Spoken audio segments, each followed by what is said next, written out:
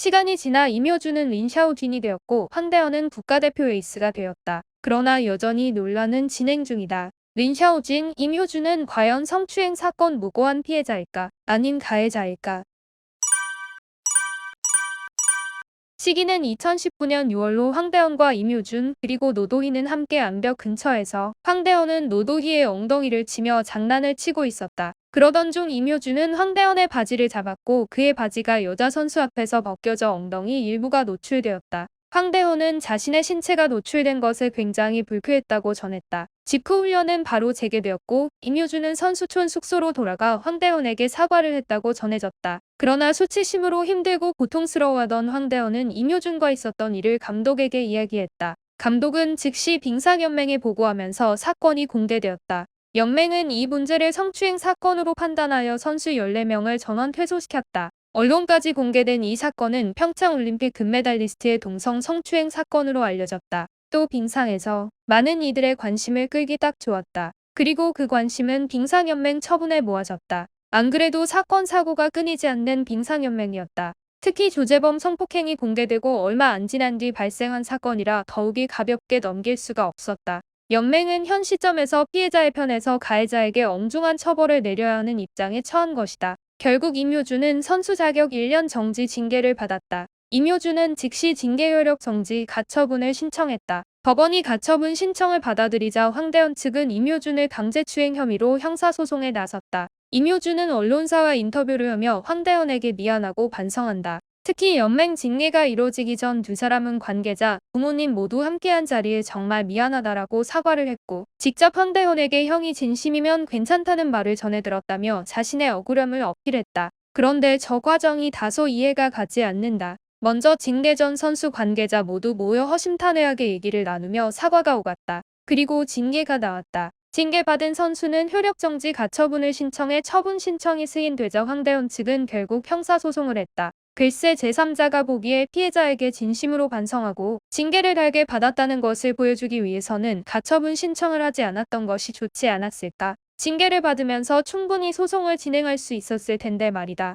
그리고 강제추행 소송과는 별개로 그가 대법원에서 무죄 판결이 나와도 징계는 받아야 하는 것이다. 도대체 왜 그랬을까? 이렇게 소송이 길어질 것을 상상도 하지 않은 것인가? 임효준은 법원 1심에서 유죄가 선고되었다. 유죄 판결과 동시에 노도희 선수를 포함한 동료 선수, 코치들이 탄원서를 쓰며 그의 편에 섰었다. 사건이 너무 과열되었기에 이렇게까지 될 일이냐는 것이 그들의 공통된 의견이었다. 자, 중요한 날짜가 나온다. 그들의 탄원서 덕분에 2020년 11월 임효준은 2심 무죄 판결을 받았다. 황대현 측은 이를 불복해 상고했지만 2021년 5월 최종 무죄를 선고받았고 선수 자격을 회복했다. 그런데 여기서 변수가 발생했다. 최종 무죄 선고가 되기도 전에 2021년 3월 임효준의 중국 비화 소식이 알려졌다. 마치 최근에 비화 선택한 것처럼 그는 한국에서 더 이상 태극마크 달기가 어려워 중국으로 비화한다. 이해해달라고 밝혔다. 왜 그가 국내에서 선수 생활을 할 수 없었을까? 간단하다. 그가 2019년 11월 징계 가처분 신청을 해버려서 그의 징계가 2019년에 멈춰 있었다.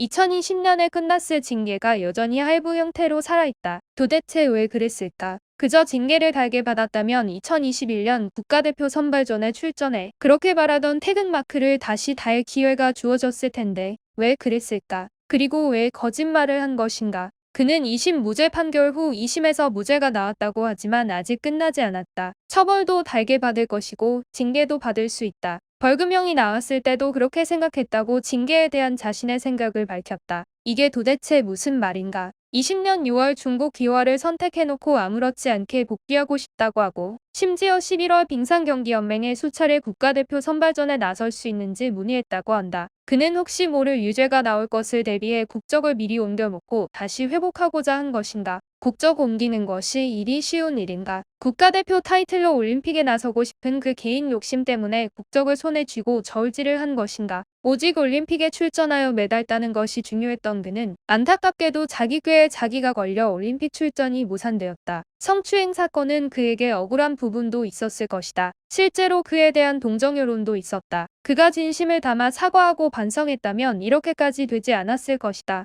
결국 그가 앞뒤 다른 이중성이 공개되면서 남아있던 여론을 다 돌아서게 만들었다. 그는 대중을 기만했다. 사과하며 뒤에서는 국적을 두고 저울질을 했으며 기화한 후 유치한 기싸움을 하며 중국 쇼트트랙 팬들이 듣기 좋을 말만 하고 있다. 올림픽 메달리스트가 왜 스스로 우스워지는 선택을 하는지 도무지 모르겠다. 지금 이 순간도 그가 자신의 억울함을 토로한다면 정말 안타깝다. 자신이 왜 욕을 먹는지, 왜 여론이 그의 편을 들지 않는지 그 본질을 잊지 않았으면 좋겠다. 여기까지 오니 그런 생각이 든다. 앞서 똑같이 자신의 이익을 위해 러시아로 비화하여 메달을 따고 중국 코치를 지나 한국에서 지내고 있는 그 사람이 국가대표 선발전에 나갈 수 없다면 비화하여 올림픽 국가대표가 되자 라는 선례를 만들지 않았다면 이와 같은 일이 벌어지지 않았을 텐데 참 아이러니하다. 임효준은 안현수의 폼을 많이 닮아 제2의 안현수라 불리던 유망한 선수였다. 재능있고 유능한 선수들이었는데 왜 스스로 우스워지는 선택들을 했는지 이해가 가지 않는다. 오늘의 이슈를 살펴본 당신의 생각은 어떠한가요?